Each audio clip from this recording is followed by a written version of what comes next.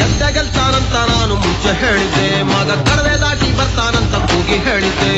ಗೆದ್ದೆ ಗೆಲ್ತಾನಂತ ನಾನು ಮುಂಚೆ ಹೇಳಿದ್ದೆ, ಮಗ ಕಡವೆ ದಾಟಿ ಬರ್ತಾನಂತ ಕೂಗಿ ಹೇಳಿದ್ದೆ.